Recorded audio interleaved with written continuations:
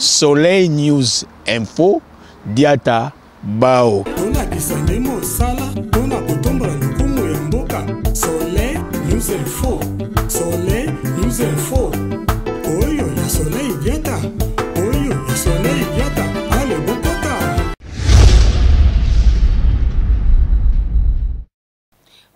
Bonjour, bonsoir. Balandia Soleil News Info Mbote, ça dépend de l'heure à laquelle. Et monsieur Koko Mela Bisonyoso Nabandaku, et Zawabino Mama Soleil Diata, Nakata Soleil News Info, voilà. Balobindako et Yambara vraiment, Bapaya Zalaranda Kumoko, béni et surtout. Ceux qui vraiment, Ezo Yambaba, oh, ya yemei, hein, ya yemei les créateurs, donc. Pourquoi pas tous à la vraiment béni na katia Soleil News Info, donc voilà. Dernièrement bon mon épisode le cas qui n'a préfet des disciplines qui sur la naissance de Jésus-Christ. Alors les lots zongi sous na terme sous to bakinza ba osala biso grâce après ça biso batant, hein, donc avoir opportunité à on en a vraiment pour vraiment continuer toujours côté à l'Ilobanaye, to continuer toujours pour édifier biso banana nzambe. Alors de l'autre zone sous na préfet de discipline, de l'autre lobela vraiment on a question oyo ba émission belé pe na sala yango concernant sujet à l'élo bande ko belé pe ba lobela ki yango mais comme ba retour ezozonga alors le pe na préfet de discipline donc ndenge yé vraiment lingaka ba benga e bongo. Alors yango na profiter pe na poser pe kaka même sujet oyo pe ça vraiment moi polémique et surtout mingi na côté na biso ba maman toyo kana nuye na part na ye akoloba yango ndenge nini réaction na ye egozala ndenge nini peut-être ba maman voilà réaction ya préfet peut-être ko sunga bino j'espère. Alors question na biso sujet de lezali ya kotunaka toujours est-ce que moi si akoki côté ya voilà, bobi déjà question yo est-ce que moi ça côté à to liamba ba tu na mtaper ça opinion na ye na ndenge na ye alors ba maman ba telemaki ba maman ba siliki ba maman ba pesipe ba raison le lopeto sous prophète tout na lisusu ndenge ezalaka poto yeba réponse nigne ko bimalelo awa voilà un grand merci Nabino surtout beau continuer ko s'abonner toujours merci Nabino vraiment Nabino bato bozo s'abonner nzambe na lola apambola bino et bokozala jamais déçu donc voilà boza na adresse à bien amen donc voilà na mbote na Maman Blaise, vous avez beau motema ya préfet de discipline na pesi bambote belé place aux ali et mbote na maman Karine Mubilandila o ya papa Vincent Mubilandila sans oublier Maya Judith Ebonga na Katia France. Préfet. Amen. Shalom. Te mbote c'est bon. Mbote. Ah shalom te. Te shalom te nzambazara na shalom te nzambazara na Israël te. Ah bon? Nzambazara jamais na Israël mais na kama bango bakenda la le Israël. Mbote maman soleil. Ah bon? Os de mes os, chair de ma chair. Que Dieu te bénisse. Oh là là. Vraiment mbote propre de discipline et c'est ngominga ko ya yamba oli sous les lots. Voilà, tous avec l'autre fois ensemble les lots nzamba sali biso sous grâce. Alléluia. Tout mon ani li sous boni maman Blaise, bonne activité. En tout cas, merci beaucoup pour la grâce de l'Éternel. Tout va bien. Nzamba zo batela parce que nous avons la connaissance. Alobi, celui qui a le fils a la vie.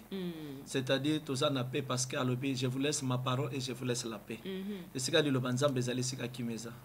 Donc voilà, nous sommes bien. Zambazo batela la lumière de Christ c'est ça qui éclaire biso tous les jours. Donc vraiment que Dieu te bénisse mon soleil. Voilà, merci beaucoup vraiment que Dieu nous bénisse. Na c'est pour le benga sous serviteur. Mais peut-être que kota kana osa les formes.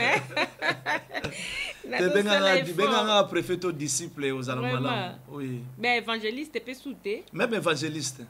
C'est-à-dire évangéliste, pasteur, apôtre, docteur et ba combo ya basi ya Yesu. OK. Ça ba combo ya basi ya Yesu. Donc on a un problème. Tu vois des problèmes. Tu vois bien un évangéliste parce que na kati na ngana na tous les 5 ministères. Na évangéliste na osa ba so na zupe ba ndimi wana il faut na laisser bango biloko malonga. Il faut pour na contrôler bango. Donc c'est-à-dire il faut na jouer rôle ya musala nyoso nzamba zo sa na kati kuna. Voilà, un peu so na bolo. Homme de Dieu. Te wana te ba homme de Dieu ba pakano, ba ba suka na parfi. Oh, chrétien. En tout cas, voilà, ça c'est bien. Yo sala biba ya na se akombo na kasi yango akombo na se akombo ne ba chrétien. OK. Oui. À l'effet de toutes les nations mes disciples, c'est-à-dire un disciple, c'est lui qui a l'enseignement du Père. C'est lui qui est disciple. Biso to na ba enseignement papa na ko ko ya ndenge nini. Parce que j'ai la connaissance na aigle na mona de sumu na musika ndenge zoya. Na ukima na ko ya ndenge nini. Ça c'est bien. En tout cas, tu continues à il y a sujet na biso. Oui. Aux abongo question eza awa papa question o ça la vraiment moi polémique. Ya koyeba est-ce que moi si akoki côté ya. Alléluia. Moi ça koyi côté ya te. Ah bon? Moi ça koyi côté ya te parce que nzamba sala moi cité. Moi ça bima na mobile. Allez loko zo bima kati na il faut se soumettre na yo. Po bimi kati na yo. Donc moi ça bibi kati na mobali yango ba yebisi moi il faut la soumettre à ton mari parce que moi ça za la intimité de l'homme. Mais raison nini au moi ça côté à te kasi raison ezali na bana tokota ba raison c'est belé moi ça côté à te moni oyibi nzambe même tant bana obonzele ba niama bana obonzele niama moi c'était ah bon oui. Oh. Maman mettons dans ce ba chrétien ba za ba pakano maman cela zo ka singa na okosa. Et si on mona ba so mona chrétien zo funga fungoli god azo pesa offrande na ya nzambe l'église azo ba biye wa mike ba ma bende ya ma pesa offrande kasi ça un symbole moi ça n'a pas pesa li bende bo na l'église yona o ye mais li bende mais non c'est ça zo la que sur les choses physiques pour nous montrer les choses spirituelles.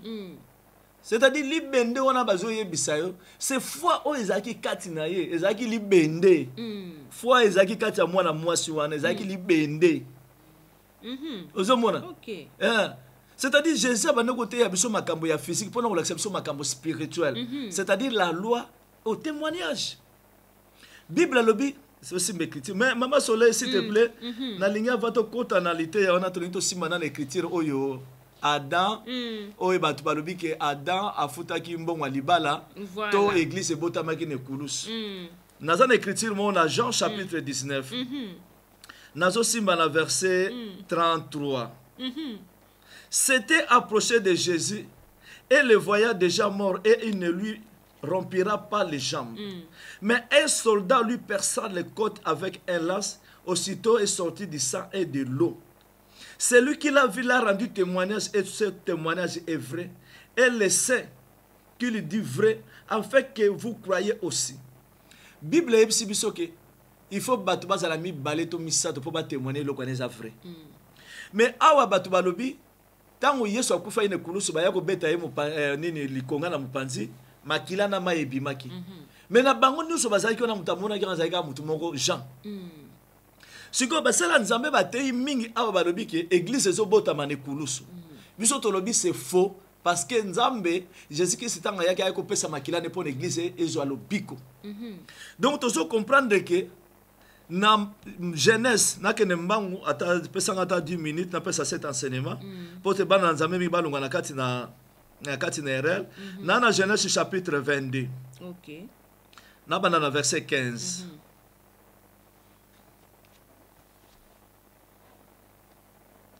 Voilà, Genèse chapitre 22, na verset 15. Là, Genèse, oui. L'ange de l'Éternel appela la seconde fois Abraham de cieux. Et il dit, je jure pour moi-même, parole de l'Éternel, parce que tu as fait cela, et ce que je n'ai pas refusé ton fils unique. Je te bénirai. Je te multiplierai ta prospérité comme les étoiles du ciel, et comme le sable qui est sur le bord de la mer. Et ta postérité posera la porte de ses ennemis. Omoni awatangu nzamba sali alliance na Moïse parce que nzambe Abraham azaki camarade ya nzambe azaki ami parce que na Bible tozana ba ami toza pe na ba serviteur. Comme David, azaki pe serviteur, azaki ami de Dieu. Donc serviteur. David azaki, oui, David azaki ami de Dieu. Mais nzamba bano benga comme serviteur. Bon, ce que vous avez serviteur. Mais ça c'est la loi, la loi. Ça c'est le matin. Natura tongo. Mais natura pourquoi? Nako épinglé que loko mo po basala nzambe mingi. Homme de Dieu ba oya hôtel mawana. Ba hôtel mako. À la grâce toza la serviteur moko oyo nzamba ye ko pona pour atinda ye pa ba paye c'est Paul. Hein? Paul azaki serviteur moko nzamba bimisa ki pona biso ba paye. Le seul oyo atikale ko ya comme serviteur de Dieu après Jésus-Christ. Donc c'est-à-dire a on zolo bake nzambe ayebisi Abraham na ko pambula yo mais na kati ya ko pambula yo okozwa mabota mibale. Moko ba ozalokola mabele ya mer, les sables de la terre. Moko ba ozalokola les étoiles du ciel. Maman soleil. Au moins ne omona mabele ndenge pe likolo ezali. Na likolo pe tozana mai. Be étoile yo mona na likolo za rappelle sable de la mer.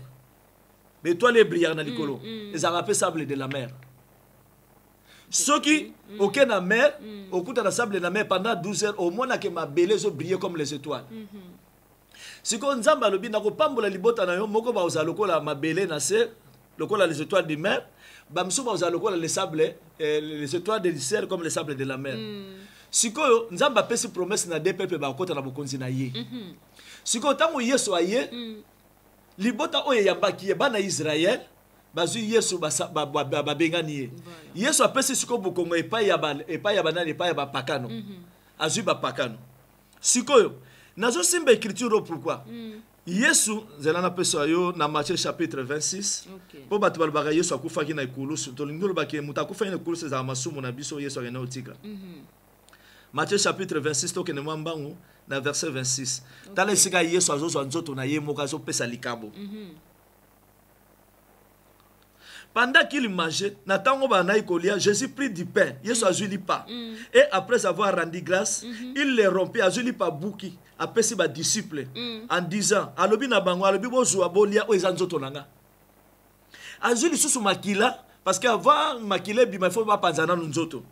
Omoni, a juli susu et il prit ensuite une coupe après avoir rendu grâce et leur donna en disant buvez en tous car ceci est mon sang, le sang de l'alliance qui est répandu pour plusieurs pour les rémissions du péché. Ici c'est le temps du soir. Na pourquoi? Ce qu'on matin na likolo na verset 20 balobi le soir étant venu. Ozomona. C'est-à-dire na loba que Yesu atinda basali nene soto ba yaki na tongo. Okukuta bango na Exode. Basali nzambe nyoso bayeki na tongo esika bazali. Siko na tango soir Yesu yemoka ye comme musali ayeko bikisa biso. Mais balobi awa Yesu azwi nzoto na ina makila na pesi biso. Mais tango azo pesa bato bazolia nzoto pe makila c'est l'église. C'est-à-dire eza ba nation. Mais tango bango bazolia ngona ba peuple mi balé o bazali les sables de la mer et les étoiles du ciel peuple moko azala kité. Ok. Ozomona parce que bango mibali ba pesi bango promesse faut ba kota na bokonza likolo. Mais pour ba kota na bokonza likolo, il faut bolia nzoto pe makila ya Yesu. Siko awa tango peuple moko azolia makila ya Yesu na pourquoi peuple musu azala kité. Peuple azala kité ezali les sables de la terre, c'est Israël. Oya kabimu Yesu epa ina biso. Siko tango bazo mema Yesu bazo betaye, ba okena Yesu ne kulusu. Bango siko maye les zongi. Balobi non soki biso to meli makila pete. Soto lien nzoto mwana mobali ote to kota te marga la kaki biso. Mais poto kota isinga to lia. Ba sali nini mama? Ba memi le nini vinaigre. OK. Ba memi vinaigre na bango, ba memi mokonga na bango, bazo kende kor. Donc ne kuluswa dans la révélation to lo que Yesu ba rotine ba otumba ye ne kulusu. Ozomona. C'est-à-dire peuple wana tanga moni ke muto ya opesa biso bo etoshi to bomie ba landi eti ne kulusu. Ba na posa bazo mwa makila na mai. Oyi ko bima kati ne e symboliser bango ka ke ba lia ki nzoto pe ba melaki makila Yesu. Yango na kulusu bazo ya ko beta Yesu lance pierre. Bazo ya ko fungula Yesu po ba bimisa makila kati na Yesu. Mais makila ezalaki surte mwa ndambo bazo ki ya makila na mai pona bango ba sepelaki. Mais avant bazouango, il faut pas mélisser nanu vinaigre. Vinaigre muto ekota kati na ye. na isof oyo eza ba ingrédient bakotisi yango yesu na munoko vinaigre ke kosukula misuni mpo misuni ezala propre mpo bango balia ye baye kobete na likonga makila na mai ebimi bango bazwa yango babénéficie mpo ekotisa bango na alliance mais siko bato bazoloba ke église azokende kobotama lisusu na ekulusu mon frère faut totanga écriture bien siko yesu aye kopesa nzoto nene na makila ne pa banani non pas na église po église ezala sauver yango moni toke na entre parenthèses tokoti na mosindo toke mbangu po topesa explication ke na jardin balobi na jardin Adam n'a jamais payé un prix Adam n'a jamais payé les dots parce que dans 2 Corinthiens, dans chapitre 11, surtout dans verset 1, apôtre Paul nous dit qu'il nous a fiancés, alléluia, à un seul époux. C'est-à-dire Joseph na Marie bazaki ba fiancé. Eva na Adam na jardin bazaki ba fiancé. Yango monitango Eva zui zemi ya fiancé papa tomboki. Yango mona ba papa na biso soki mwana na mwasi ba tie zemi. Ata ibiki mobali wana za na mbongo. Mais faut tomboka mona bengani yonana. Papa ya mobali pe kuna biyo ke cha zemi yokisinga so na bengani ye.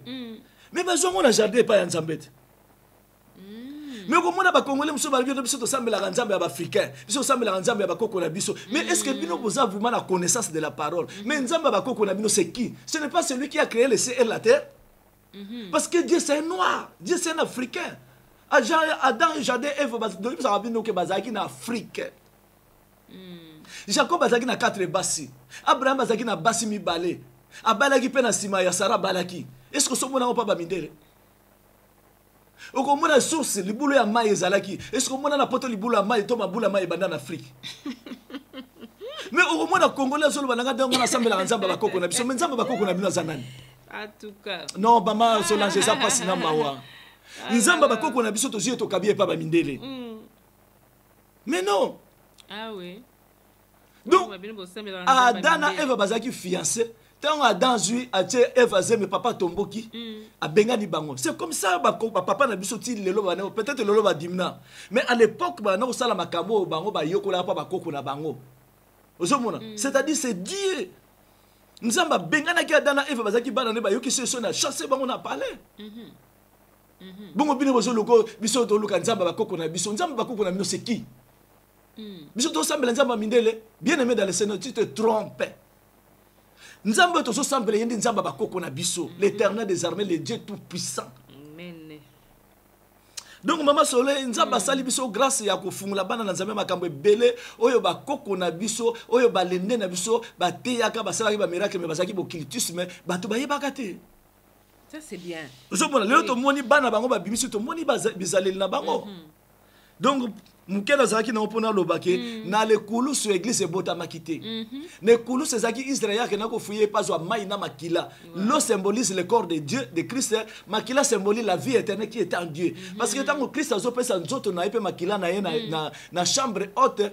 église bango Israël ezalaki te yango bayaki na nini na vinaigre basukula niama za la propre po ba fouiller ye bazo makila na mai epesa bango bomoyi parce que bazana kata promesse alliance alors faut tanga écriture bien chaque révélation est une écriture et soutenir alors pour to kota na question na yo mama naza na 1 Timothée chapitre 2 mais moi parenthèse mon pesalia évangéliste il y a on appelle ça qui juste cas parenthèse ndetsa le quoi il y a Adam il y a baptême à maille. Oui. Parce que point il y a baptême à maille, oh peso ça la paix polémique. Ils ont dit que point il y a maman batoté ya. Point il y a baptême il y a maille. Maman Soleil, vraiment que Dieu te bénisse. N'aie que dans zéro ma botte belé bazo pamboalma. Ma botte belé bazo zo éclaircissement de la parole. N'est-ce que ça toujours une émission na biso sosola pour nous repérer ça ko limbo là. Oui. C'est-à-dire baptême à maille toujours banini. Ba disciple de Dieu o ba olandanga ba comprendre makambo ngana oloba avant kutu quelque chose dans baptême en mai ezama be ou ezama lam baptême mai ezalaki à la loi le lot yango na be ezalaki na tango ya tongo siko toza na tango apokwa na lingina tuna bango mutuna bino ba serviteur de Dieu bino ba homme de Dieu mama Soleil landanga bien OK Noé nzamba lobina sala asala nini arche non wa continue kati ya libota na arche mama Soleil bato tambola na bango likolo ya arche mais likolo ya mai ba bengi yango baptême Bible a ben yango bazwa ki baptême. Oh. Ah bon? Bazo tambola na bango likolo ya arche na mai. Mais balobi bazaki baptisé na mai. Ah bon? Oui. Écriture ezali na so lingi na opesa yango. Wow. Naza na 1 Pierre. Tokene moi mbango vraiment 1 Pierre chapitre 3. 1 Pierre chapitre 3. Dieu nous a fait grâce. Yango tozo pambola tango neso tozo umela kana na sama kolona ye. Vraiment Nzambe azwa lokumu. Vraiment donc voilà. Nazana 1 Pierre chapitre 3 verset 20. Yokane balobi. Qui autrefois avait été incrédule lorsque la patience de Dieu se prolongea au jour de Noé, pendant la construction de l'arche, dans lequel un petit nombre de personnes, c'est-à-dire 8, furent sauvées à travers cette eau. Batu 8 babikisama na mayuana. Balobini, balobi cette eau était une figure de baptême. Mayo bango bazo tambola na likolo babengi en baptême. Mais balobi une figure de baptême qui n'est pas la purification de suie et baneko longola bango masumuté. Voilà. Omoni? Pas le suivi du corps, mais c'est un engagement de bonne conscience envers Dieu. Et ça qui kaka nazo zo mokano na posa na liboso na Nzambe. Balobi qui maintenant mais lelo vous sauve et zoko biki sabino aussi par la résurrection de Christ. Donc le lot toujours bika les choses na baptême maman était mais toujours bika na mbota na lycée kwa ya Yesu. Nazo pesa sur écriture mususu. Bana Nzambe faut pas se sola lilo bana Nzambe maman eza pas na maman. Parce que quelque part au monde on baptême eza sous ya maïté, ce n'est plus d'actualité. Mamsusu babité baptême à maï il faut kozwa yango ceux qui muto ya ko boya baptême à maï c'est que ozandok à la loi. Bazaki na posa baptême à maï. Mais à la grâce, makambo ezaki à la loi physique, à la grâce c'est comme spirituel. Ozomona na lobi na Nzambe alibito sala moto na lolenge na biso. Asali moto na lolenge na ye spirituel. Moto wana bya ko sala ressemblance na ye na mabele, basali lolenge ya molimo na ye ndenge ezali. OK. Omoni, c'est-à-dire la loi nzoto, la grâce c'est l'esprit. C'est-à-dire molimo e ko bikisa molimo e ko jo ko lobiko na epa ya Jésus. Mais nzoto zo ki lobiko à la loi. Mais ozomona na peso écriture mususu. OK. Kuna to lobike bango bazaki na bango na kati ya arche, lokola na masuwa, bazotambola bango likolo ya mai, balobi bazwaki baptême. Na deuxième écriture, 1 Corinthiens chapitre 10. Na bandi na verset 1. Frères, je ne veux pas que vous ignorez que nos pères ont tous été sous la nuée, qu'ils ont tous passé à travers de la mer, qu'ils ont tous été baptisés à Moïse dans la nuée et dans la mer. Bana Israël babimi na bango Égypte, mama na ngai Solange. Bakati si na bango mai ezaki nango sek nzamba kabuli mai na katikati. Di fait que balengaki mai bakati si babengi yango baptême. Ba pusani balobi niwe so de londende yaki ko kanga bango londende wane kangi bango babengi yango pe baptême. Ozomona sikoyo Jean-Baptiste atikala komona Jésus te. Jean au moins tant que tu es à l'île, il faut que tu aies liloba. Jean atikala ko yeba Jésus atikala pe komona été. Oh. Mais oui. Maintenant baptisé qui alors? Ah mais c'est ça la question. Et le batu bazo kuka ko sosola te batu bazo sangisa makambo nyonso l'esprit et le corps bazo sangisa nyonso. Tala écriture Jean chapitre 1. Yango moni tozo ya biso ba préféré ya nazo lingana expliquer que baptême mama ezalaki malamu à la loi. Mais tant que Christ a ya sekwe baptême mama ekufi. Pourquoi? Au commencement balobi au commencement l'esprit de Dieu se mouvait au-dessus des eaux. Na ebandeli ya mokili molimo na Nzambe zo te pa likolo na mai. C'est-à-dire Nzambe tanga yepa ya Maria latisi nzoto.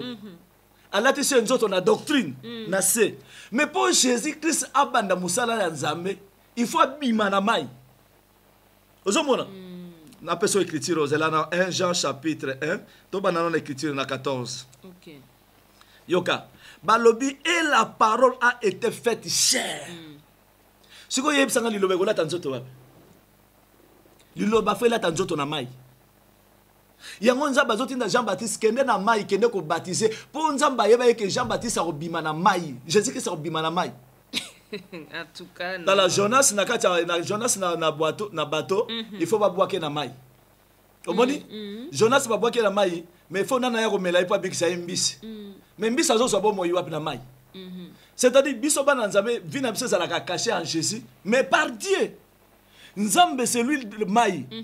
Moni yemu tazo pesa bo moyi na mbiso azo mela Jonas. C'est-à-dire mbiso azo mela Jonas c'est Christ. Mai c'est Dieu. Alors nzambe ayebi ke lokola au commencement molimo nzambe banoko te palikola mai liloba banoko tambola likola mai po liloba elata nzoto na molimo esengeli liloba ba bimisango elata nzoto na mai yango moni nzambe atindi Jean-Baptiste abi kende ko baptiser batu yoke écriture natangi on déjà na verset 14 et la parole a été faite chair et elle est habitée parmi nous, pleine de grâce et de vérité. Et nous avons contemplé sa gloire, une gloire comme la gloire du Fils unique, venu du Père. Alléluia. Yoka se place les autres qui na C. Alléluia. Et il dit ensuite vers Jésus. Jésus ayant regardé et Simon, voilà. Tomatamo likolo, voilà. Yoka ne Jean-Baptiste. Na verset 32. Tomata, Jean Lobini, je ne le connaissais pas. Alobina yeba qui était. Mais c'est afin qu'il fût manifesté en Israël, pas au Congo. En Israël, que je suis venu baptiser d'eau.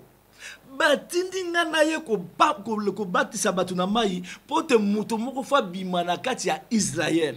Mais muto na ko bimana kati ya Israël fa bimana kati ya mai. Voilà. Ozomona. J'ai rendu ce témoignage. J'ai vu l'Esprit descendre du ciel comme une colombe et s'arrêta sur lui. Je ne le connaissais pas. Donc Jean-Baptiste a dit que Jésus. Mais celui qui m'a envoyé baptiser, donc celui-là m'a dit, celui ce que tu verras l'Esprit descendre et s'arrêta sur lui, qui baptisa du Saint-Esprit. Jean-Baptiste Moussala Nezaki a kende ko bimisa Jésus-Christ na Jérusalem na Israël na kati ya mai parce que liloba fo lata nzoto. Voilà. Liloba ko lata nzoto na mai, liloba ko lata nzoto en dehors te. Oboni? OK. Yango moni baptême mai ezalaki tango Jésus-Christ a lati nzoto abimi. Baptême mwana marqué ba continuer qu'on peut bazaki à la loi. Mais ezalaki nango sous la puissance c'était parce que Moussala Jean-Baptiste ayaki ko sala yakobimisa l'agneau de Dieu. Omoni, yango mona lobi que je l'ai vu et j'ai rendu témoignage qu'il est le Fils de Dieu. Omoni. Donc le lendemain, Jean était encore là avec deux de ses disciples. Et il a regardé Jésus qui passait. Il dit, voici l'agneau de Dieu qui ôte le péché. Jean-Baptiste, c'est un prophète. Atikala ko mona Jésus, atikala ko mona agneau. Amona ki mwana na pate. O yazo tambula. Yango azo témoigner mwana na pate. Ye yazali mwana na nzambe o yaye ko joa. Ba pasi na biso yaye ko mema biso na vie éternelle. Dans la minute on a mko lelo boso ki ndenge za kabato ozara OK église babi que non il faut journée au ya baptême tout ça siko rosanyo rolinga te ou benen pas parce que ça existe tu lelo bozo na église mais yango la babi que lelo to za na tango loi te osomona biloko ne sala maki na Israël parce que to yaki na tango loi lelo to za na tango la grâce mama Solange so ke na catholique bango bazo baptiser na verre soko longo na catholique oke na protestant ba bitu soki baptême na catholique ba bitu ya bango za mabe ozu ya biso za malamu soko longo na catholique oke na nzambe malamu ba bi ya bango ya protestant za mabe ya biso za malamu siko ya banane za malamu mais balobi ke ya bien ça que il faut bokendo kozwango na place mai ezoleka na tango yo mai ezoleka tango yo tshelo boko kasi tango yo tshelo boko zo prier le mai tango sisi mai yo prier ke za wana biese ke mais kende ni pesa ngona les alors lié wano lié comme lié sainte non alobi na Jean chapitre 3 alobi na Nicodème oye botami na nzoto eza nzoto mais oye botami na à part piscine ndo koko zo baptême moi c'est que bazo na bango na piscine pour la piscine ezo ke pas été ça na tangi le 3 écriture catholique alobi ya protestant za mabe ya bango za malamu protestant so ke na nzambe malamu babi ya bango za mabe ya biso za malamu so ke na église muso bango balobi ya bango za mabe ya biso za malamu siko baptême ni za malamu baptême ni za ozo mona bango ni surtout ba pharisien bango surtout ba farceur yango na obenga bango ba homme de Dieu parce que basuka na parvi mayele na bango za limité baza ba aigle te parce que aigle faut mata likolo pumba umona makambo nzamba zoloba bana Israël ba traverser mer rouge ezaki sec ba benga baptême no wazo tamula ne likola ya nini na boîte azo sur likola mai ba benga baptême siko baptême ni za malamu ya okota kana mai non ça c'est la loi la loi maman n'a pas ce écriture moko. D'accord, c'est comme ça tokota na sujet na biso. Oui, tokota na sujet vraiment mbango.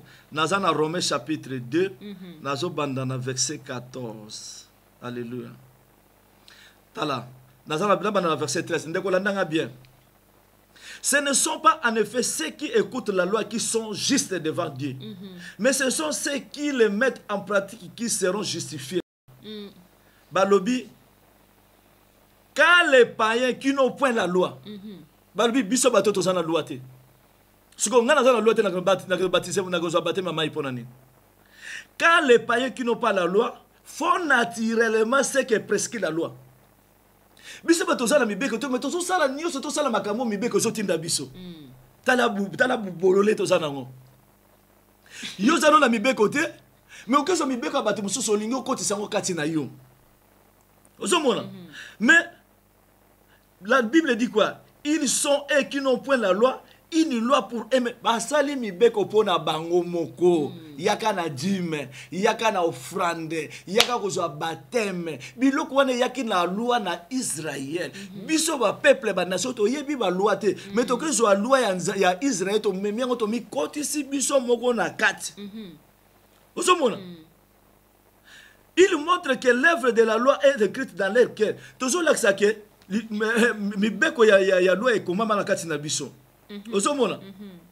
Leur conscience en rendant témoignage et leur pensée s'accusant ou se défend tout à tour. Omoni ba penser na biso makambo to so sala biso moto komi ko justifier ngo. O ngana yo zo kadimi pona nito ngana zo kadimi pona boy. Wo yo zo ko friend pona ngana zo ko friend pona boy. Yo zo ka bate sala bate mama pona ngana sala ngo pona boy. Mais biloko ni pesa meli biso te pesa meli Israël. Mais biso to ko zo makambo Israël to memi ngo pa na biso ba nation to komi ko sala ngo biso moko. Ozomona. La Bible dit que nous serons maintenant justifiés par la loi. Ce que la loi nous te bête biso. Or que na Israël tant ba pesa bango loi. Batinda ki bato ba te ya peuple ba la sa peuple loi pour peuple abunga nzela te pour loi e boma yete mais pour azala na explication ya loi nenga kotambola. Mais biso siko ba nation to ke ozwa loi soko tangi na Néhémie chapitre 8 verset 8. Biso to ke kozwa loi to memi on pa na biso mais peuple azana explication ya loi te. Yango moni munda mutazo que c'est justifié na ndenge na ye. Donc baptême mai na lelo à la grâce eza libanda. Mai ezaki physique à la loi, lelo mai on est comme spirituel c'est la parole. Donc quand on a dit déjà Jésus-Christ j'accepte la parole automatiquement. Maman, c'est-à-dire baptême mai eza changement de vie.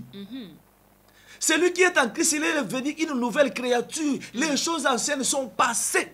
Voici toutes choses est devenues nouvelles. Noé tanga koti na arche, alongwe na mboko ya zalaki, azoke na mboko amususu, azoke ne changer vie. Oui. Ozomona. Bana Israël tanga uta ki na Égypte, bazoka sa mer rouge, bazoke na ngambo, bazoke ne changer vie. OK. C'est ça le baptême. Le baptême symbolise le changement de vie. Mais baptême à moto pesali, bazo bandimi ba pelisa moto ba kotsa mona moto. Ah, guys. Nzamba lobi, Jean-Baptiste a dit, c'est lui qui vient après moi, vous baptiserez du Saint-Esprit et de feu. Matthieu chapitre 3 dans le verset 11. Papa pasteur, papa prophète, so bandimo tie ba on pe na moto zo kanga ba photo ngo tshaka na Facebook. To mona kokoti ba mona kati ya moto ba ozika. Hein? Pourquoi tous ces lois, tous ces mémoires pas na biso ba nation et pourtant biso dans la personne écriture. Poto kota na je prenais pas la femme. Non non non non non non. A kota ba on a moto poto ndimaye parce que ba bi pe ba oza baptême a fait. Na personne écriture. Maman sola ça passe na maman. Yango moni ba homme de Dieu, faut pas comme ba disciple. Ba za na besoin ba zo enseignement. Omoni Psaume 147. Yoka Psaume 147 parce que ça et ça la nga passe ming. Balobini, na Psaume 147, verset 19. Il relève sa parole à Jacob, ses lois et ses ordonnances à Israël. Il n'a pas agi de même pour toutes les nations. Biso tozaki na loi te, biso tozaki na dimité, tozaki na offrande te. Eza makambo yo ba baptême mama ezaki na Israël, biso tozui grâce. Pourquoi beaucoup de makambo la loi pour mimi on pas na biso ba nation? Vous serez justifiés par la loi. Eza pas na mawa mais nzambe asala biso grâce. Nene tozo ya côté ya samomana mo faut ba serviteur de Dieu ba zonga les susu, ba zo enseignement, ba kola na kati na mozindo, pour te lilobanza ba comme ba disciple parce qu'un disciple c'est lui qui a l'enseignement du Père. Mais ce que vous disciple était moi pour enseignement exacté, au quotidien la bébé spirituel. Alléluia. Donc on a peu cette écriture bongo to kota na to kota na ta sujet na biso. Ya kata sujet. Makama nzambe za kitoko soki le Saint-Esprit azo kambayo. Mais soki molimo saint azo kambayo te. Nazana Hébreux chapitre 5 na banda na verset 11. Papa pasteur la nanga malamu homme de Dieu, serviteur de Dieu yoka. Nous avons beaucoup à dire là-dessus. Et des choses difficiles à expliquer parce que vous êtes devenus là à comprendre. Papa prophète, papa pasteur, homme de Dieu, tu es là à comprendre les révélations de Dieu. Parce que la vie se cache dans les révélations. Les Écritures tuent. C'est-à-dire cette Écriture, c'est Ève, c'est la loi qui tue. Mais c'est l'Esprit qui vivifie. C'est-à-dire, il est écrit aussi. Alléluia. Bien-aimés, vous, en effet, depuis longtemps, devrez être des maîtres. Banda Kalana, au salut combien dans ministère, papa, homme de Dieu, 30 ans. Au salut combien dans ministère, papa prophète, 40 ans. Mais tu es toujours un païen. Yoka Bible n'est pas le bino. Alors, vous, qui depuis longtemps devrez être des maîtres, vous avez encore besoin qu'on vous enseigne quoi? Les premiers rudiments, c'est-à-dire, des oracles de Dieu. Vous êtes devenus avoir besoin de lait, non d'une nourriture solide. Makambo c'est la nourriture solide. Il faut que vous ne soyez pas solide. Vous n'avez pas aigle, alléluia. Bien aimé, vous allez là comprendre. Donc, vous allez la poste américaine, vous allez la vous allez soso na mabata, vous allez pour vous allez kilo les choses matérielles. Or, quiconque il est au lait n'a pas l'expérience de la parole de justice, car c'est un enfant. Donc, vous allez nous banner. Mais la nourriture solide est pour les hommes faite pour ces dons. Le jugement est exercé par l'usage de discerner ce qui est bien et mal. Maman se le pose à la moussala nzambe, il faut y avoir ma bena malamu. Okoma lokola nzambe. Nde yo siko ozokoma disciple. Yango mona se bangabi banda kalati lo bozaka ba homme de Dieu. Banda kalati lo bozaka ba serviteur de Dieu. Abi bozana na pesa pesa bino miliki. En tout cas, on a préfet de discipline. Donc, soko lieto meliki tozana na miliki ko simba tende ko s'il te plaît. Awa to te ya biloka mikolo ya ba aigle. Mais soko lingo zo enseignement toza na le Saint-Esprit qui est à nous toza humble to ko partager parole de Dieu pour toi enseigner ba nzambe ba zo connaissance parce que faut to ya na lumière na Congo lumière et ngengisa Congo pour te tenir beza la disparu. Voilà, ça c'est bien en tout cas. Préférons les équipes bongo parenthèse, tout ça qui bien que tel mais ça peut être très important. Oui. Et même si on dit que comme ma biso wana mais tout côté vite fait côté il y a moi ça te voilà. Nazana déjà qu'on répond en gros que moi si à koki côté yaté. Moi ça côté yaté, nazo simba des écritures, na expliquer moi. Na loba ike nzamba sala ki moi cité, nzamba sala ki mobali na lolenge na yi. Oui. Moi ça yeko bimakati na mobali. C'est-à-dire moi ça zali soumission et pas ya mobali. Nzambe biso mobali to zalaka moi c'est pas ya nzambe. Voyez bien mobali azalaka moi c'est pas ya nzambe. Oui. Parce que nzoto nzamba sala ki ya mobali, nzamba longe na likolo ayeko kota kati na biso fandi. C'est-à-dire nzoto yo, c'est-à-dire nzoto to lata lokoba Jésus, hein? Pas Christ, hein? Jésus, c'est la femme de Christ. Donc molimo ya nzambe et lata ki nzoto ngoto benyango Jésus. Sikoyo Jésus, il faut to sa Christ. Donc moi si il faut to sa mobali. Nzamba sali nini parce que na loba toujours na jardin de to zaki na ba couple mi balé. To za na couple moko za spirituel. Mobali ya utaki likolo, ayena mwasi na ye, ba yeko sanga na mwasi ne ki ya Adam. Adam zala kombo ya mutute. Adam laksi mobali. Mais kombo ya Adam zala Jésus. ozomona parce qu'il faut topesa kombo ya Adam kombo nezaka Jésus, c'est-à-dire nzamba atiki nzoto aye kokota na nzoto ya Jésus, Christ aye kokota na nzoto ya Jésus. Sikoyo nzamba aye kozwa su Jésus alalisi asaleli ye mwasi na ye tobenga ye Ève. Ozomona, c'est-à-dire toi na couple moko eza spirituel, toi na couple moko eza physique, la loi est au témoignage. Ozomona, sikoyo awa naza na 2 Timothée chapitre 2 verset 9. Alors je veux aussi que la femme vêtue d'une manière décente, avec pudeur et modestie, et ne se parle ni de tresse, ni d'or, ni de perles, ni d'habits somptueux, mais qu'elle se parle de bonnes œuvres, comme il convient des femmes qui font profession de servir Dieu. Comme ils font quoi? Comme il convient à des femmes qui font profession de servir Dieu. Si vous servir Nzambe zaka faute ya te. OK. Ko servir Dieu zaka côté ya te. Mais tout le monde basala Nzambe mo basi ya bazo telema bazé belé na monde bazo. Maman Soleil, je te dis au nom de Jésus Christ, au mon église. Panza sango malamu. Te, ba panza sango mabe. Ah bon? Oui. Na yebiso même à la loi tant Nzamba zo zo offrande atikale ko zo offrande moi cité. Bazo panza sango mabe. Na zo peso écriture. Nzamba atikale ko zo ta offrande moi cité, bazo panza sango mabe. Pourquoi? Parce que bazo respecter d'abord la parole de Dieu. Tant qu'on zo respecter la parole de Dieu, to zo ni banda na Nzambe. Mais bon pas tanga la Bible ka wana bazo mona pourquoi so ba bi ke za vraiment bonté na kati ya Bible. Maman. Nzamba lobi na bango mbumo boliate. Satan lobi na bango bolia. Est-ce que Satan lobi ki akosa ki bango non? Alors qui vérité ma cause bango parce que aïbisa ki bango vraiment vérité ne surtout. Il fallait savoir mo so boli aïbisa bango ka so boli mbumo boko maloko la ye. Ozo mona bato bazo comme ba lesbienne, bato bazo comme ba homosexuel, bazo kanisa nini? Question na comme lesbienne, na comme homosexuel na ozo succès non. Satan zo tinda bango ba sala abomination à la parole de Dieu. Et loko nzamba pekisi Satan lobi bo sala. C'est-à-dire, tant que Nzamba lobi, moi si Fabalaka Moubali yoke bala moi si, on sali abomination la parole de Dieu. Mais Satan zo linga trompé bien l'accepter que ceux qui ont commis moi si on a succès. Rien. Satan zo linga va peu succès, il faut au saboter Nzambe. Donc oh ba maman ba ça qu'ils quoi ba au saboter Nzambe. Parce que saboter Nzambe. Wow. Parce que les écritures, tous peut s'abeter tous peut s'abeter. Ngana bi muto azomona ke na okosa ya na débat. To fanda to peut s'éclairer. Parce que tant to comme ça sur na tante que yo ya kocha makelele papa. Sote ba muso ba kozika na moto. Moto molimo santo parce que Dieu a lobi il est le même hier aujourd'hui et éternellement. Oyeleka yango zongela kati lelo. C'est-à-dire oya sala ki na Moïse, lelo takala mingi tazo sala ngosu na biso. Pour bato ba bona gloire de Dieu que l'Éternel est vivant. Il y a moi, parole, tout ce que nous déclarons par la puissance de sa parole. Ekoko Kisama, maman, prophétesse, Keba. Aussi, c'est l'abomination à la parole de Dieu. Je ne permets pas à la femme d'enseigner ni de prendre de l'autorité. Maman, Isaka côté yate. Ozo kozaki mobali. C'est tout on appelle. Ozo mona. C'est-à-dire mobali atiki moi ça te yaye. Azo ça l'abomination. Ce que mon église moi ça ote ya bima. Et cette église à Satana. Parce que Satana yoko balwa liloba na Nzambe.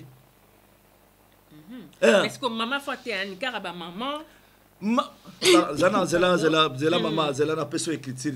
Ah Nzambe nanga tika kombone pambola ma.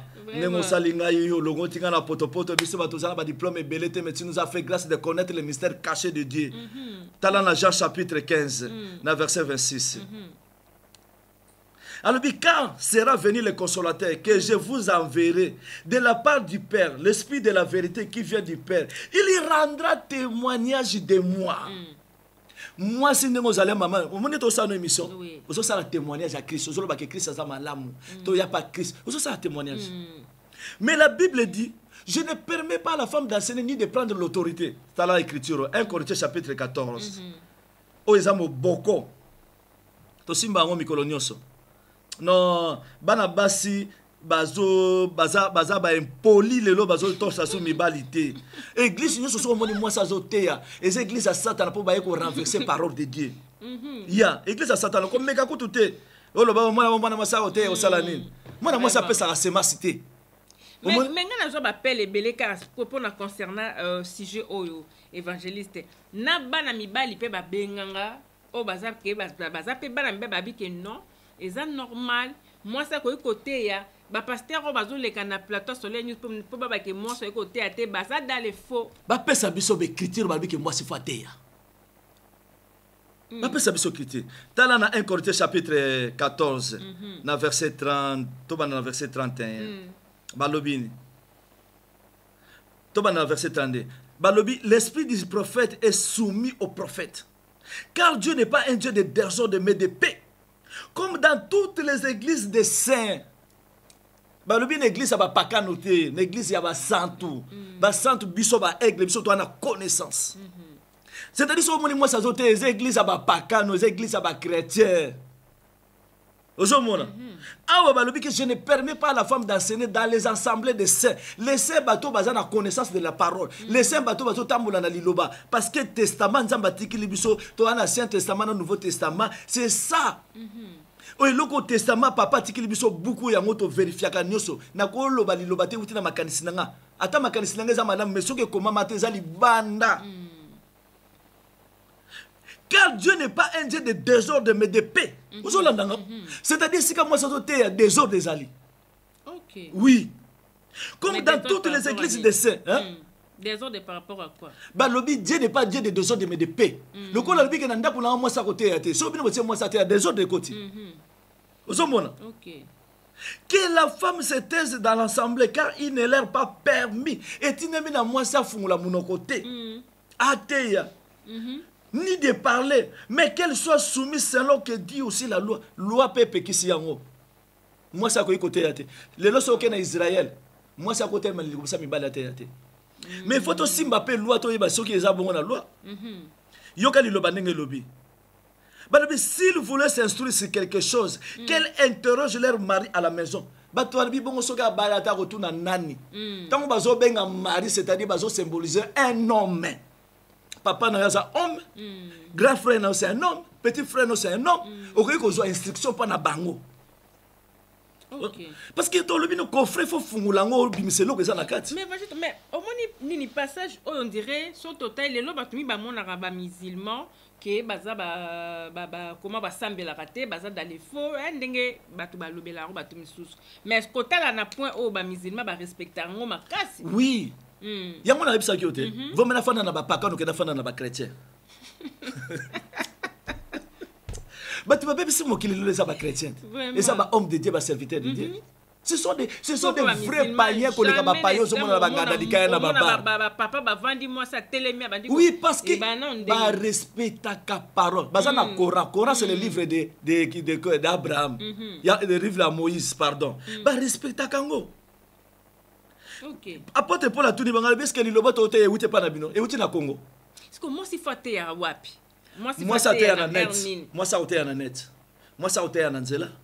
Azo témoigner Christ. Alors quand le Saint-Esprit internet wa ko bandu. Mais que c'est internet comme que c'est mi ba pe bazolanda. Eh ça va bêter. Balobi quand les aigles se rassemblent. Ceux qui biso au monde tozabo. Toza 7 8 personnes. Ce que to fa na bakiti bo mutu mo fa le galibosa te ya biso. Mutu a ko le galibosa ko za moi cité. Mais kasi ko échanger nini? Évangéliste ne to vandi boy. Bato ba olanda biso awa siko na internet. Oui. Mais siko kasi yo pozo loban ko bato ba olanda na zapeka liboso na bango. Ozo témoigner Christ. Il y a une différence entre prêcher et témoignage. Yango lelo moni mutaleki na église. Mais mutu oya moi ça les kazo te rande ti yo pe no zo te abo yo pe sa pe ba. Tolobi a témoigner.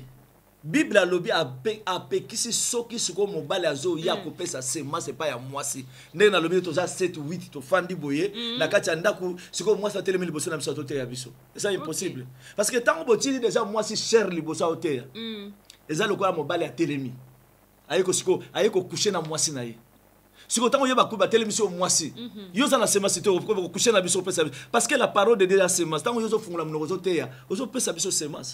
Mais tant aux autres non net aux autres témoigner la grandeur de Dieu. Oh yo mona mutake na église ça témoigner, c'est quoi ça témoigner, c'est quoi ça publicité. Ah bon? Mutazo témoigner ote na yaki na église au passer na tsinga liboko na moni. Témoigner ça témoigner, c'était ça publicité église. Témoignage ya nzambe ndeko tozana yo boto témoigner na koleka na site mona o témoigner na balabala na o témoigner ça c'est témoignage de Dieu mais so na leki na église mo balexinga liboso na manolo mamakambo nzamba saleli ngate na ça publicité ya pasteur na église na. Ah bon? Oui, ouais ça témoignage était. Wow. Mais c'est comme maman, il faut atterrir à kaka ba maman. Vous allez appeler ceux qui tirent à la loi. Tous ceux qui ont la loi. OK. Tu as un Nombre chapitre 12. Awa, balobi Marie a qui sert à Aaron. Na Aaron. Moïse a maté dans la montagne. Nombre chapitre 12, dans verset 1. Moïse a qui dans la montagne. Moïse a représenté moi c'est devant le Père, devant l'Éternel. Moïse le col moi c'est qui dans la montagne n'est pas mon bali. Au moni, il faut avoir instruction en silence. Il faut avoir instruction mon bali azo pesaye. Tant que Moïse azo quitté pas ban Israël, Moïse azo comme mon bali, ban Israël ba comme basi. Moïse a qui soit semence avec pesa na moi sina pour moi sina zo lobiko. Adam juste semence c'est pas Christ, semence on a y na pas F pour Eva zo lobiko. Mais awa Moïse a qui n'est pas mon bali qui est Dieu. Aaron Nasser na Myriam badi ko tonga Moïse.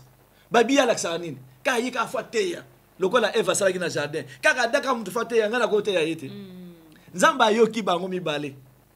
Ayebisi Moïse abi benga ndeko na mo sende ko na mobale bazela ngana tante d'assignation. Nazoya nzamba akiti. Ayebisi Moïse abitala makambo ndeko na mo sende na mobale bazosala. Mais bazalaki bango mibale. Tango nzamba linga pinira, ora pinir bango mibale basalaki Moïse complot azuka mwasi. Ah bon? Batu batala ngona Nombre chapitre 12 na verset 1. Nzamba azuka Myriam yana Moïse. Balobi na yebo tia libanda ya mboka. Basali ni ba pesi lèbre. Lèbre ngoni lèbre blanche. Elingolo banini. C'est-à-dire baso te ya leona l'église ba na lèbre bazana ma corona. So yo so maté na bango so landa bango yo poko so lèbre corona. Le loto benga lèbre to benga le péché bazana kati abomination. Basali mabe bango mi balé na Moïse, na Aaron, mais tant nzamba kiti ora pinir bango mi balé, a pinir ka moi si pourquoi parce que Aaron a un homme na nzoto. Moi nzamba pinir yezati. Mais pinir moi si. Ne basala ki F ne basali. Ya mo ni basi nyo surtout ba hotel, ba bi ba libanda ya kapo ye ba bimisa ke libanda ya ka, libanda ya Jérusalem. Tango bimi libanda ya Jérusalem, c'est-à-dire aux déjà en enfer. Direction ba l'action direction ya lifelo. Baso bazote ba libanda ya Jérusalem, baza déjà libanda baza enfer. Direction na bango liwa. Wow. Direction na bango enfer. Na yepe muto so landa bango direction na bango enfer. Ozomona. Donc c'est que on est comme rappelle même na bandok na ba comme rappelle que zo ba autorité na ndaku. Baso bater, baza ba impoli moko ko sakana te. Ah bon? Mobile la lo bani. Azo biso mona ba te bele ba fanda na terre ba to yo ngolo bana ngani. Basi wana, ba Isabelle. Apocalypse chapitre 2. Nzamba lobi l'église. Nzamba lobi l'église alobi ce que j'ai contre toi. Alobi l'église na ya lobi na eloko naza contre yo église na nga parce que otiki mwana mwasi wa telema. Aba nokote ya sango malama yeko sala abomination na kati ya lobana. Apocalypse chapitre 2 na verset 20. Mama obi que so mwana mbala za liboso église ayo telema zo tambula. Mutu mususa mutu frère ayaka ka église ayaka yo matin d'ailleurs yo ka partir ya sepela na nzota mosali wana mwasi wana. C'est-à-dire c'est la na kati ya abomination. Ozomona parce que nzota mwasi mama nzoto nzamba pesa bino d'abord ils la séduction. Parce que nzota mwasi ça nulle part. Nzamba sala ka mwasi na sao. Même oyo ka basirel bazaka basité. Ah bon? Bazaka basité. Nzamba sala mwasi na se. À part on a se mwasi za rasu nulle part. Parce que nzamba lobini abina nzela yo mwasi. Bano ba kobota na nzela na yo. Bango nde mutu ba ya ko niata mutu ya satana. Ozomona? Bango nde mutu ba ya ko niata. Banobi satana akoswa yo na talon. Talon lingo laksani. Talon lingo laksa fondation. C'est-à-dire que Satan a sur Natalo, à quoi ici au point c'est fini. Mais Nzamba le Satana, descendance n'est pas qu'on soit moi si Natalo, mais moi si descendance n'est pas qu'on y a tamutu ya Satana. Biso yo ba aigle to yo qu'on y a tamutu ya Satana. Vous avez on sa connaissance de la parole. Satan a il est écrit. Jésus Christ il est écrit aussi. C'est les descendances de la femme Marie. Jésus Christ c'est les descendances de la femme. Où est qu'on y a tamutu ya Satana. Dans Matthieu chapitre 4, alors il est écrit. Jésus-Christ il est écrit aussi. Il est écrit aussi. Ah, ça c'est donc, on dit basso nous sommes à la parole de Dieu, bah lèbre. Voilà. Oh là. Bah péché destination na bango enfer. Maman, je te dis, maman soleil, la parole de Dieu, tout ça là, on blague. Il y a un moment n'apporte pas dans le parce que le lobo t'es pas na bino. Est-ce que bino tu bandiango? Tala na nombre chapitre 30. Balobi mobali azosala alliance na Nzambe. Moi ce soir na ndako ya papa na ye, azosala alliance na papa na ye. Soki abali azosala alliance na Nzambe na nzela mobali na ye. Mais soki na ndako ya tata na ye alinga sala alliance na Nzambe, azosala ngo na nzela papa na ye. Mais soki abali akosala ngo na nzela ya nani ya mobali na ye. OK. Donc moi si jamais atikala kokutana na Nzambe abada kosenga pa non. Balobi que Marie il a trouvé grâce aux yeux du Seigneur. Marie azoki ngolu. Pourquoi Marie azoki ngolu? Dans la personne qui tire dans 2 Samuel chapitre 11. OK. Dans l'action pourquoi Marie azoki ngolu?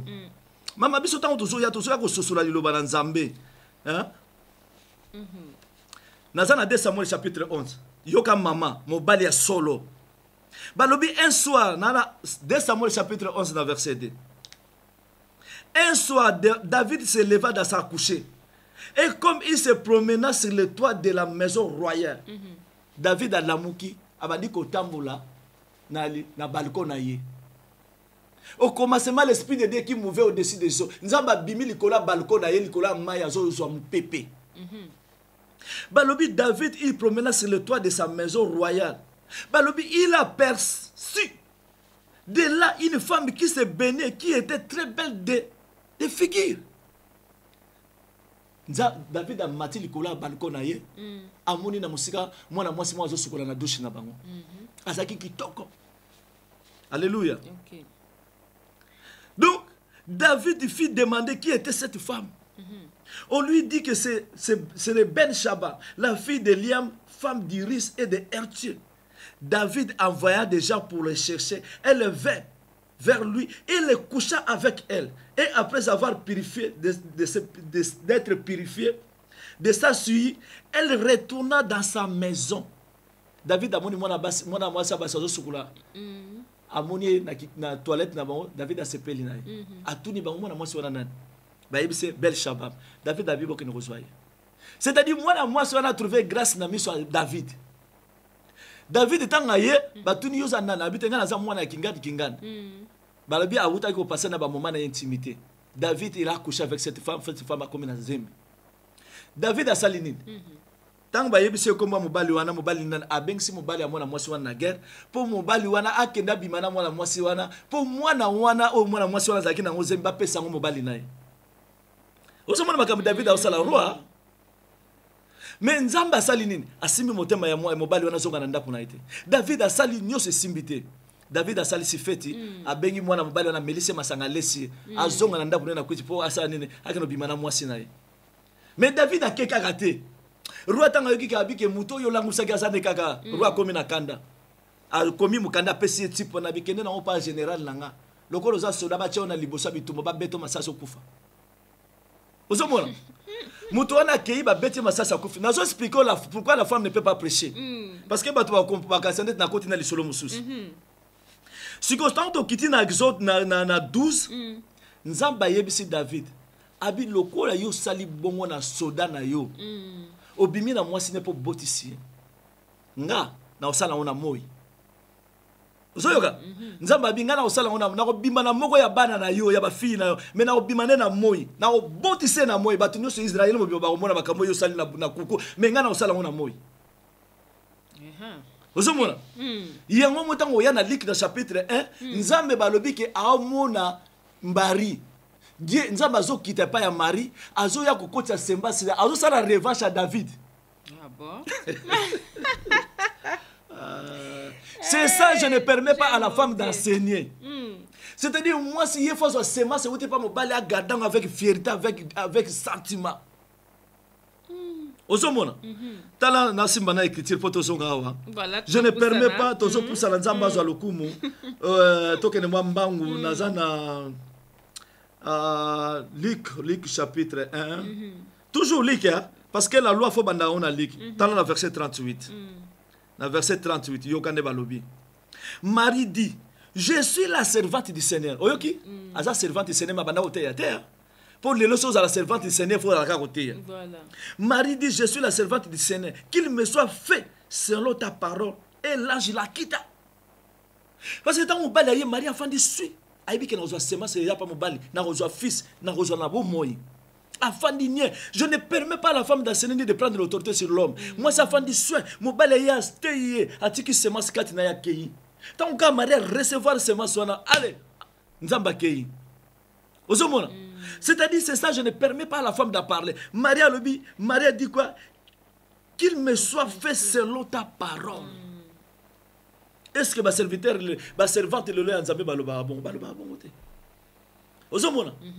Balobi mais au moins la femme sera sauvée à devenir mère. Moi ça ko biki ça masoka comme maman physique té. Mais pour comme maman, il faut tambola na biloko misato, il faut tambola na modestie. Il faut attendre la charité, na bolingo. Il faut attendre avec crainte de Dieu. Hein? Bilo comme ça, tu vois, ceux qui maman tambour la ngote, a remon en kembo na nzambete. Mais le lorsque on est à l'église, basi on nous sozo mona na bazo tambour na bilo kona. Wana on écoute à livrer na livrer. On écoute à ba griffe nyo sokuna na kati. O kati. Talande balobini. Hein? Balobi, je ne permets pas à la femme d'enseigner ni de prendre l'autorité sur l'homme, mais elle doit demeurer dans le silence, car Adam a été formé le premier, Ève ensuite. Ce n'est pas Adam qui a été séduit. Awa na yebisa bato awa, muta zo za la séduit d'abord c'est Satan. Aza la séduit par la femme. Yango zo poussa la pana. Obi mobali soka lingio, awsa tout a poussa la pépé ne pas ya cholito. Satan monaki déjà à Ève, abi quelle beauté. A sepela na Ève. Yango moni siko Satan yepona ko séduire Ève. Tant que Yepé a tué Ève, Ève bandimi. Donc, c'est la femme qui séduite, s'est rendue coupable de la transgression. Balobinin. Elle sera néanmoins sauvée en devenant mère. Akobik Samasoka comme maman. Si elle persévère avec modestie, dans la foi, dans la charité et dans la sainteté.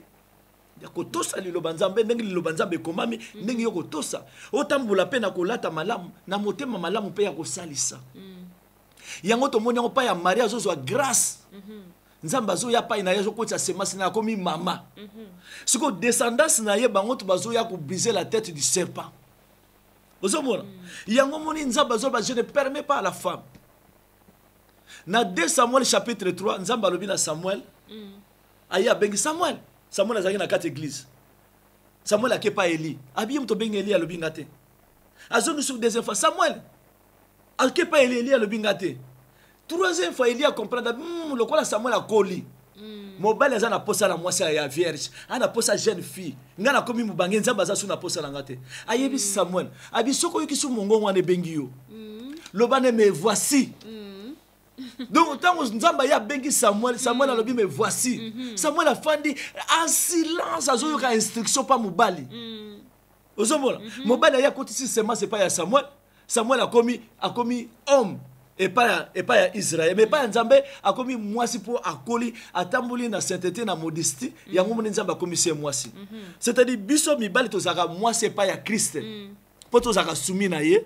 Moi c'est physique azalaka moi c'est pas na biso parce que il va la soumis na biso. Moi c'est sur azoto sa mobilité destination na ye enfer. Voilà ce que je peux dire na moi muke que tous na femme, tous na moi si o yaza spirituel c'est nous les hommes vis-à-vis à Seigneur. Tous a na moi si o yaza physique ngi bino bozali vis-à-vis na biso. Ce qui yo siko lingotel ma liboso autorité pananga. Yango même tina ba village soko monique moi baluba.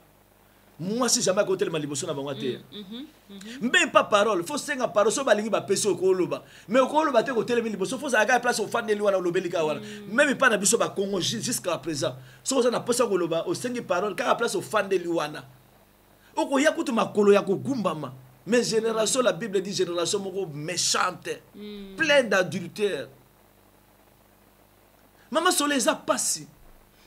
Ça passe. Vraiment. En tout cas, mais Dieu Nzamba Zalokumu, en tout cas, message oh yango est passé les sous alors je crois que ba maman oh bozo landa biso à chaque fois to ba ki le loto kena ta pas évangéliste to yo on a peut-être hier on peut sa biso réponse moko autrement mais to zo nga na même réponse même réponse alors ba maman oh vraiment message yango ba papa ba o démontrer ti na kati ya Bible mais ce qui boza toujours na argument bon mon vraiment que nde ka ba évangéliste ba ka bo le ya na ba preuve oyo ezolakisa na kati toujours ya bible. Donc message yaki bongo mpona bamama oyo nyonso batelemaka liboso kokoteya na internet nde balobi ozo témoigner Christ. Donc ozo témoigner Christ. C'est problème mais ya kotelema na kati ya chair otelemi liboso bato bafandi. C'est une abomination. C'est une abomination. Donc ndeka balobaka ndenge kala ezalaki na temps ya Noé. Donc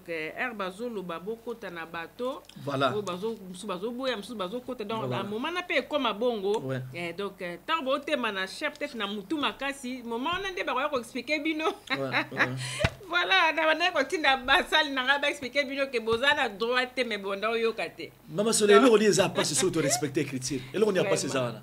Parce que testament va tirer biso yango. Et là on biso te ben lokumo ba chrétien na ba homme de Dieu. Voilà, merci beaucoup évangéliste to comme Nasuka. To comme Nasuka mateza qui vraiment kitoko mingi na bike boza vraiment béni donc na canal ya maté na biso oyo botindaka toujours ba question na bino. Botindaka toujours ba question ce que zali. Alors papa on peut sa numéro à téléphone. Papa Soleil est-ce qu'on peut ça une minute de temps écriture mo mbangu vraiment. Mbangu vraiment papa. Donc ce qui nzambe aolinga parce que eza pasina mawa basali nzambe lelo tokomi na makanisi moko vraiment ya malamu te to memi bana nzambe mingi na kufa or que biso toza pesa ba lo bisango malamu c'est la paix mais tant biso tozo te ya sango malamu tozo escroquer mbongo eza pa bana na nzambe naza na 2 Timothée na 2 Pierre na chapitre 3 tala na verset 16. Apôtre Paul Alobini, c'est ce qu'il fait dans toutes les lettres où il parle des choses dans lesquelles il y a des points difficiles à comprendre, dont les personnes ignorantes et mal affermies tordent de l'essence des Écritures, comme celui des autres Écritures pour leur propre ruine. Bato bazo tord d'essence, moi si fateya, eza pona kufa na bango moko. Ozomona, eza na kufa na bango neto tanga une Écriture na Hébreu 5 alobi, baza là à comprendre. Bazana bana il faut pas pesa bona miliki bana ko mela po biloka makia mikuwa ba kokate po bana minu na muno côté. Bien aimé que Dieu nous bénisse abondamment. Si nous sommes vraiment les servantes de l'Éternel, ceux qui vraiment vous allez disciples à Dieu.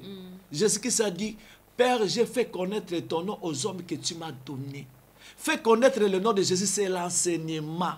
Yango mona yebisa ki bango bo bima na Jérusalem jusqu'à ce que le Saint-Esprit viendra. Jérusalem ce n'est pas le Jérusalem physique. Ba yebisa bango que d'une manière d'une autre la révélation bo garder enseignement na tikeli biso parce que tant molimo santo egoya ko tala enseignement za kati na bino yango nde bo za molimo santo.